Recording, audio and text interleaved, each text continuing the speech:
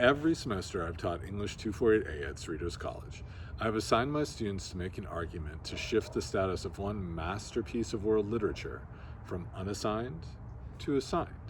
And every semester, at least one student has argued that the Divine Comedy of Dante Alighieri, or at least the famous first third of it, the Inferno, should be assigned.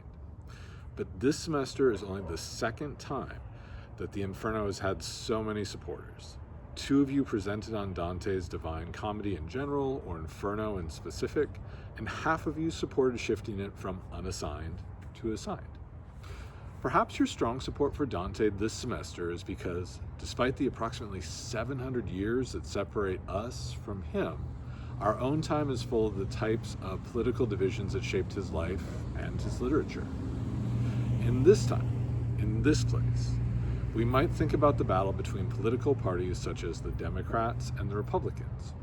And now that the Republicans have won back control of the United States government in our recent election, the infighting between moderate Republicans and more conservative Republicans.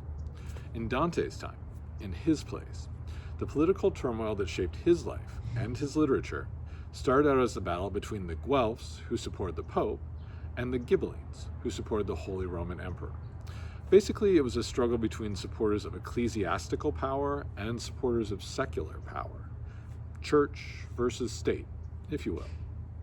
However, once the Guelphs won power in Dante's hometown of Florence in northern Italy, they split into the Black Guelphs, who support a particular pope, Boniface VIII, and the White Guelphs, who oppose that particular pope.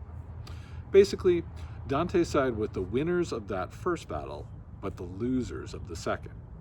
When the Black Guelphs seized power in Florence, while Dante was in Rome on a diplomatic mission, he was forbidden from ever returning, under penalty of death, by burning at the stake. Making this exile especially excruciating was the fact that Dante's wife and children remained in Florence. So Dante spent the last 20 years of his life in exile from his home and his family. And it was during that time he wrote what he simply called the comedy. It was christened Divine by the slightly later Italian author Giovanni Boccaccio. The entire Divine Comedy is composed of 100 poems, which Dante called cantos, Italian for songs. 33 of those cantos describe the poet's vision of heaven, that's Paradiso. 33 describe purgatory, that's Purgatorio. And 34 are included in Inferno, the 33 that describe Dante the author's vision of hell, and the one that introduces Dante the narrator, often referred to as the pilgrim, lost in a dark wood. Nel mezzo del cammin di nostra vita mi ritrovai per una selva scura, che la dritta via era smarrita.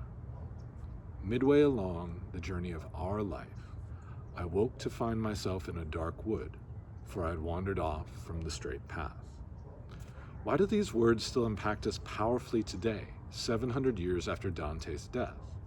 Well, have you ever felt like everything in your life has gone wrong? Have you ever felt profoundly lost? Have you ever wanted someone to guide you through that troubling time, to reassure you that you live in a moral universe where the bad are punished and the good are rewarded? Dante was willing to wager that you have. Notice that he wrote our life, not my life. With those powerful first lines of the Divine Comedy, he is inviting readers to join him on a journey that he believes will show not only him, but also us, the ethical, straight path we may feel we have lost somewhere along the way. So, is this journey worth taking with Dante? Is the Divine Comedy worth reading? Certainly. Is it easy to read Dante, to read the Divine Comedy? Certainly not. So, back to that website I mentioned earlier. Because it was the 700th anniversary of Dante's death in 2021, a group of professors at a handful of U.S. universities created the site 100daysofdante.com to support people through the challenge of reading all 100 cantos in the Divine Comedy in 100 days. If, after exploring the Inferno for the next 2 weeks of English 248A, you decide you would like to continue reading the rest of the Divine Comedy, I recommend that you check out the 100 Days of Dante. But to get us started, let's first take a look at a recent article called How to Read Dante in the 21st Century by Joseph Luzzi. That should help us as we try to find our path through Dante's vision of the afterlife.